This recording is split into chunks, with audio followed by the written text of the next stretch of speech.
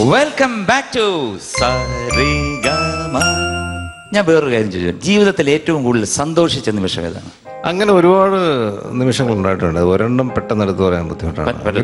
ഇപ്പൊ തന്നെ ഇപ്പൊ എനിക്ക് റീസെന്റ് ആയിട്ട് പറയുകയാണെങ്കിൽ എന്റെ പുതിയ ജീവിതം എനിക്ക് ഒരുപാട് സന്തോഷം തരുന്നതാണ്. മോള് എന്റെ കൂടെ വളരുന്നു, അതെനിക്ക് ഒരുപാട് സന്തോഷം തരുന്നു. ഈ തമിഴ് സിനിമയിൽ ഒരുപാട് അഭിനയിച്ചില്ലേ, ദളപതി, എങ്ങനെയായിരുന്നു അതിന്റെ അനുഭവം തോന്നുന്നു? ചില ദളപതി പെരുന്തച്ചൻ എന്നുള്ള സിനിമയുടെ കെയർ ഓഫിൽ കിട്ടിയ ഒരു അവസരമാണ്. അത് അഭിനയിച്ചു. അത്യാവശ്യം നോട്ടബിൾ റോളായിരുന്നു. അതിനേക്കാൾ ഉപരി സൂപ്പർ സ്റ്റാർ രജനി സാറിന്റെ കൂടെ എനിക്ക് കോമ്പിനേഷൻ അഭിനയിക്കാൻ പറ്റി. അമരീഷ് പെരിയുടെ കൂടെ അഭിനയിക്കാൻ പറ്റി. ഇവരെ മമ്മൂക്ക, നമ്മുടെ പ്രിയപ്പെട്ട മമ്മൂക്കയോട് അഭിനയിക്കാൻ പറ്റി. ആദ്യമായിട്ട് അഭിനയിക്കുന്ന തമിഴിലാണ് മമ്മൂക്കയോട്, മലയാളത്തിലല്ല. അപ്പൊ അങ്ങനെ ഒരു വലിയ ചരിത്രം മണിരത്നത്തിന്റെ. ഇന്നും എനിക്ക് സ്വപ്നം കാണാനാവാത്തൊരു സംവിധായകനാണ് മണിരത്നം. അപ്പൊ എന്റെ സിനിമയുടെ തുടക്കത്തിൽ തന്നെ അത് സാധിച്ചു. അത് ദൈവാനുഗ്രഹം തന്നെയാണ്. പിന്നെ ഒരു വലിയ ഗ്യാപ്പായിരുന്നു. ഈ ദളപതി റിലീസ് കഴിഞ്ഞ് ഒരു 3-4 പടം കഴിഞ്ഞപ്പോൾ സർഗം ഇവിടെ റിലീസായി. സർഗം റിലീസായി കഴിഞ്ഞപ്പോൾ ചേട്ടൻ അറിയാമല്ലോ, കുട്ടൻ തമ്പുരാൻ വലിയ ഹിറ്റാവും, സർഗം അതിനേറെ ഹിറ്റാവുകയും ചെയ്തപ്പോൾ അതിനോട് കുറേ അവസരങ്ങൾ ഇങ്ങനെ വന്ന് 2002 പിന്നെ 10 വർഷത്തിന് ശേഷം ആണ് ധൂൾ എന്നുള്ള സിനിമയിലൂടെ വീണ്ടും വരുന്നത്. വിക്രമിന്റെ സിനിമയായിരുന്നു, ഭയങ്കര ഹിറ്റായിരുന്നു. അതോടുകൂടി വീണ്ടും ഒരു 20 പടം ചെയ്തിട്ടുണ്ട്. ഇതുവരെ 20-21 പടം ചെയ്തു. എന്താണ് ഡിഫറൻസ് നമ്മുടെ തമിഴും മലയാളവും വരുമ്പോൾ? എന്ത് ഫീൽ ചെയ്യുന്നു? വലിയ വ്യത്യാസമൊന്നുമില്ല കേട്ടോ. അഭിനയം എല്ലായിടത്തും അവര് നമ്മളിൽ നിന്ന് ആഗ്രഹിക്കുന്ന വളരെ റിയലിസ്റ്റിക് ആയിട്ടുള്ള അഭിനയമാണ്. അല്ല, നമ്മൾ അവരിച്ചിരി അവിടെ കുറച്ച് ഓവർഡൂ ചെയ്യും അഭിനയത്തില്. ഞാനത് ധൂളിൽ ചെന്ന് ചെയ്തപ്പോ അവര് പറഞ്ഞു, സാർ அப்படி பண்ணாங்க சார், நீங்க அசுர வம்சம் படம், அந்த படம், இந்த படம் இதெல்லாம் நான் பார்த்துருக்கேன், நீங்க அதுல என்ன பண்ணும் அந்த மாதிரி பண்ணுங்க, எங்களுக்கு அதுதான் വേണം എന്ന് പറഞ്ഞു. അപ്പോഴേ എനിക്ക് മനസ്സിലായി അവര് നമ്മളിൽ നിന്ന് എക്സ്പെക്ട്, മലയാളി ആക്ടേഴ്സിന് എക്സ്പെക്ട് ചെയ്യുന്നത് ഭയങ്കര റിയലിസ്റ്റിക് ആയിട്ടുള്ള നമ്മളിവിടെ ചെയ്യുന്നതിനുള്ള പെർഫോമൻസ് ചെയ്യണ്ട. അതിവിടെ ചെയ്യാൻ ആൾക്കാരുണ്ട് സാർ, അത് വേണ്ട എന്നാണ് അവർ പറയുന്നത്. അങ്ങനെയുള്ള വളരെ നല്ല ആൾക്കാരാണ്. നല്ല ഇത്രയും കലാകാരന്മാരെ പ്രോത്സാഹിപ്പിക്കുന്ന ഒരു നാടും ആൾക്കാരും ഞാൻ കണ്ടിട്ടേ സത്യം തമിഴ്നാട്. നമ്മുടെ എല്ലാം പ്രിയങ്കരനായ മമ്മൂക്ക മനോജിനെ കുറിച്ച് ചില കാര്യങ്ങൾ പറഞ്ഞിട്ടുണ്ട്. ശ്രദ്ധിക്കുക. മനോജേ, ഈ ശ്രീകുമാറിൻ്റെ അടുത്തിരിക്കുമ്പോൾ സൂക്ഷിക്കണം. ശ്രീകുമാർ നമ്മുടെ ചില പുറത്തറിയാത്ത കാര്യങ്ങൾ വിളിച്ച് ചോദിക്കും. തിരിച്ച് ശ്രീകുമാറിൻ്റെ കാര്യം കൊണ്ട് ചോദിച്ചാൽ മതി.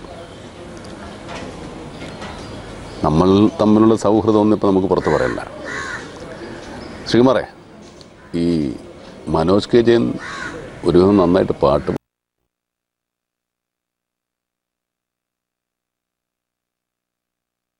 പാടും. ഒരു സംഗീത കുടുംബത്തിലെ അംഗമാണ് മനോജ് കെ ജയൻ.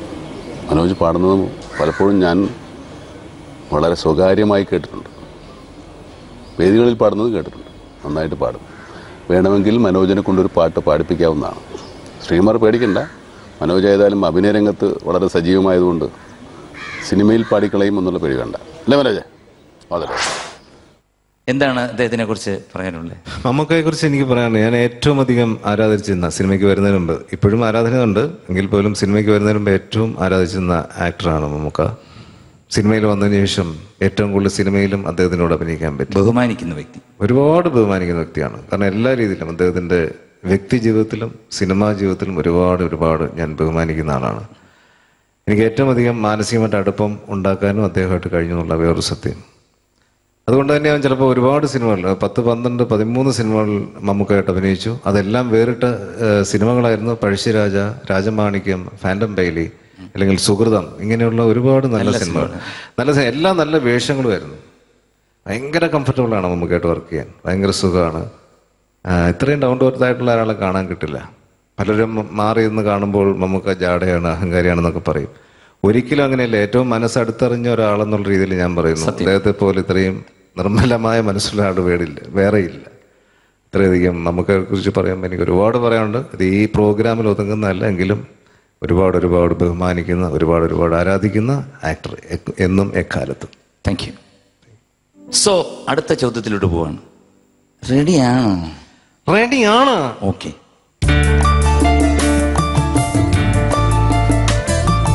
കാലിത്തൊഴുത്തിൽ പിറന്നവനേ, കരുണ നിറഞ്ഞവനേ, കാലിത്തൊഴുത്തിൽ പിറന്നവനേ, കരുണ നിറഞ്ഞവനേ, കരളിലെ ചോരയ പാലിന്റെ പാപങ്ങൾ കഴുകിക്കളഞ്ഞവനീ അടിയങ്ങൾ നിന്നാമം വാഴ്ത്തിയിടുന്നു.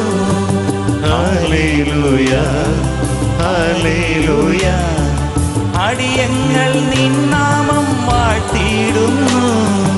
ഹല്ലേലൂയ ഹല്ലേലൂയ കാലിത്തൊഴുത്തിൽ പിറന്നവനേ കരുണ നിറഞ്ഞവനേ.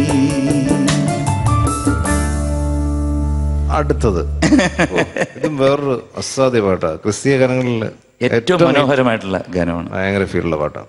കോട്ടയത്താകുമ്പോഴത്തേക്ക് ഒരുപാട് അച്ചായന്മാരും ഒക്കെ ആയിട്ട് ഒരുപാട് പിന്നെ കമ്പനി കാണുമല്ലോ. ചേട്ടാ അച്ചായന്മാര് മാത്രമല്ല, എല്ലാ നാനാജാതി മത്സരമുള്ള സ്ഥലമാണ് കോട്ടയം. പക്ഷെ എന്നാലും അച്ചായന്മാരുടെ ഒരു കൂടാണ്. അതെ. അപ്പൊ എന്റെ കൂട്ടുകാരെല്ലാം മിക്കവാറും എല്ലാം അച്ചായന്മാരാ.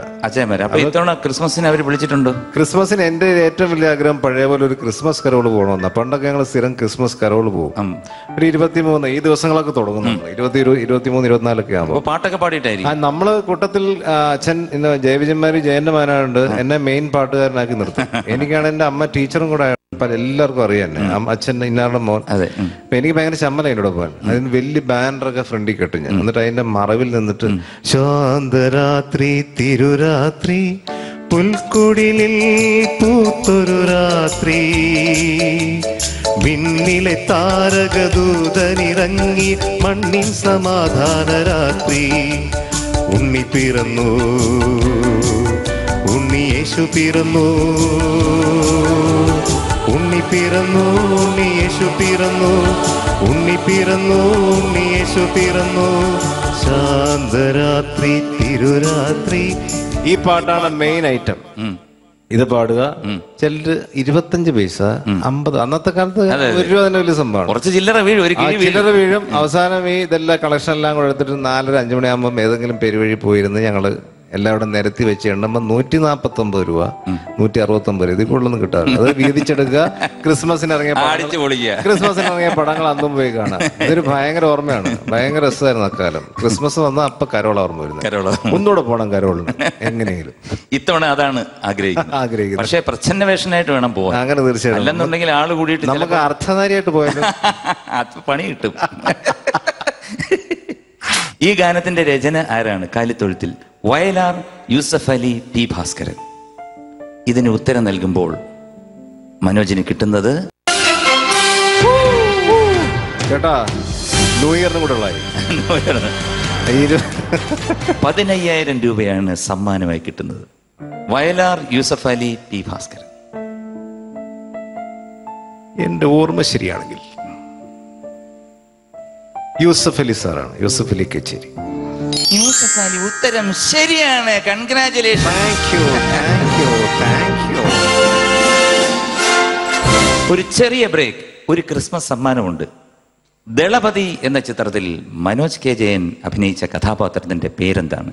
വേഗം എഴുതൂ, നേടൂ 5000 രൂപ gift from the best cashews, Nila palace cashews.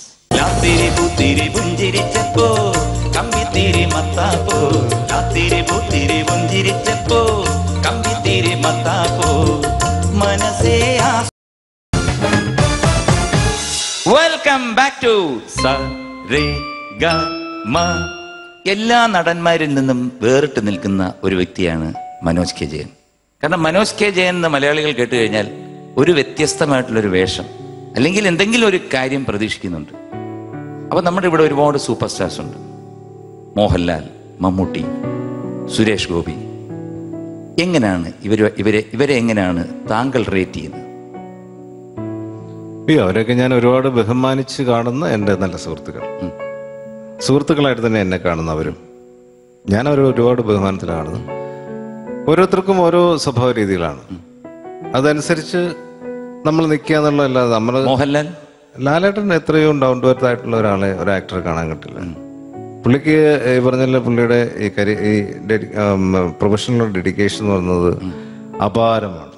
അങ്ങനെ ഒരാളെ ഞാൻ കണ്ടിട്ടില്ല. അപാര ഡെഡിക്കേഷൻ. അതാണ് ലാലേട്ടനെ ഏറ്റവും എടുത്ത് പറയേണ്ടത്.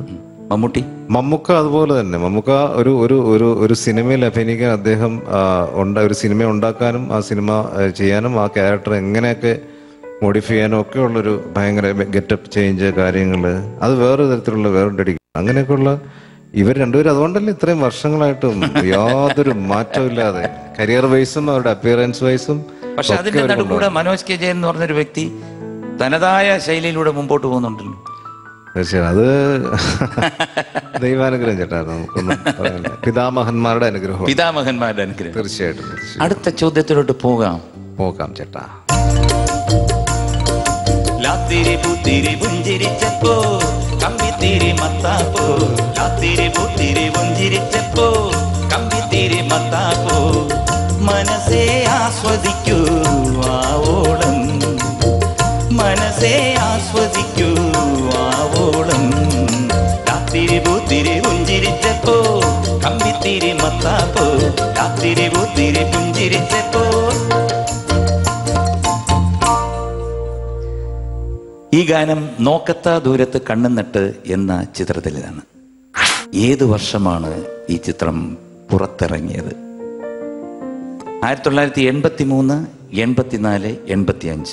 ഇതിന് ഉത്തരം നൽകുമ്പോൾ എന്തായിരിക്കും കമ്പ്യൂട്ടർ നൽകുന്നത്? ഇതിനെക്കാട്ടിൽ 20,000-നെക്കാട്ടിൽ മേളിലൊരു എമൗണ്ട് ആയിരിക്കുമോ അതോ താഴെ ആയിരിക്കുമോ?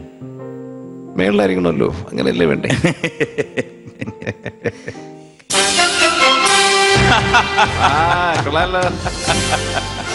അപ്പൊ ഈ ഉത്തരം പറയുന്നതിന് മുമ്പ് ഞാൻ ക്രിസ്മസ് അല്ലേ, ആഘോഷമല്ലേ, ഒരു ഗാനം നമ്മുടെ പ്രേക്ഷകർ പ്ലീസ്.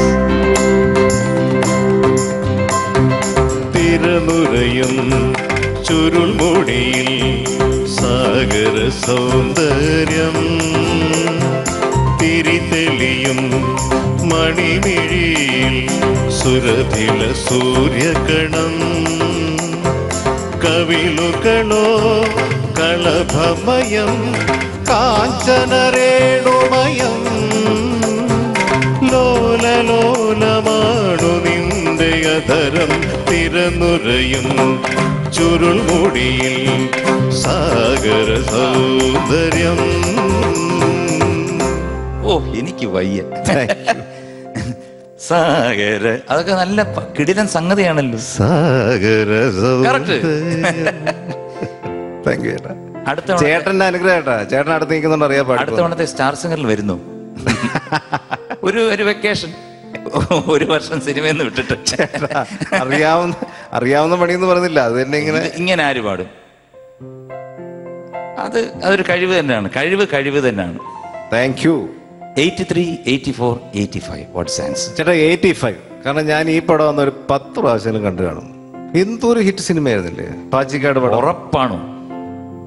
85 തന്നെയാണ്. 80 ഉറപ്പാണ്. ബിച്ചുവേട്ടന്റെ രചനയാണെന്ന് എനിക്ക് തോന്നുന്നു. ന്യൂ ഇയർ വരുന്നു, ക്രിസ്മസ് വരുന്നു, ഉത്തരം ശരിയാകുന്നു. Thank you. മനോജിനെ കുറിച്ച് ചില കാര്യങ്ങൾ പറഞ്ഞിട്ടുണ്ട്, ശ്രദ്ധിക്കാം. ഹായ് മനോജേട്ടാ, ഹൗ ആർ യു? മനോജേട്ടാவோட ஒர்க் பண்ண experiences very good experiences. But most memorable வந்து பழசிராஜாவில் ஒர்க் செய்ததா. மனோஜேட்டா என்னை வந்து எல்லாரும் என்னை கனிஹான்னு கூப்பிட்டா அவர் வந்து என்னை திவ்யா வெங்கட் அப்படின்னு கூப்பிடும். பிகாஸ் அவருக்கு you know he's known me much before I became an artist. So எப்போவும் திவ்யா வெங்கட்னு கூப்பிடும். அண்ட் ஐ திங்க் மனோஜேட்டாவோட நான் 3 படம் பண்ணியிருக்கேன். Drona, Pazhassiraja and my first debut film. அது வந்து ஒரு அவரோட தான் ஒர்க் பண்ணேன். Extremely friendly person. அண்ட் ஒரு இன்னும் இவ்வளோ படம் பண்ணுறதுக்கு உண்டான ஒரு ஹெட் வெயிட் அதெல்லாம் ஒன்றுமே கிடையாது. மோஸ்ட் ஃப்ரெண்ட்லி பர்சன் அண்ட் ரொம்ப ஜாலியாக இருக்கும். அண்ட் நல்ல பாட்டுக்காரர். அவர் சும்மா செட்டில் உட்காந்துட்டு ஹம் பண்ணாலே வந்து அது கேட்கணும்னு தோணும். And great human being. மனோஜேட்டா உங்கள் கூட ஒர்க் பண்ணது very very memorable experience. Please do keep in touch. ഒരു ചെറിയ ബ്രേക്ക്, ഒരു വലിയ ചോദ്യം. സർഗം എന്ന ചിത്രം റിലീസായ വർഷം ഏതാണ്? സർഗം റിലീസ് ചെയ്ത വർഷം ഏതാണ്? വേഗം എഴുതൂ, നേടൂ 5000 രൂപ ഗിഫ്റ്റ്. കേക്കായിരിക്കാം ഫ്രം നില പാലസ് കാഷ്യൂസ്. നിത്യവിശുദ്ധയാം കന്യാമറിയമേ, നിന്നാമം വാഴ്ത്തപ്പെടട്ടെ. നന്മ നിറഞ്ഞ നിൻ സ്നേഹവാത്സല്യങ്ങൾ ഞങ്ങൾക്കനുഗ്രഹമാകട്ടെ.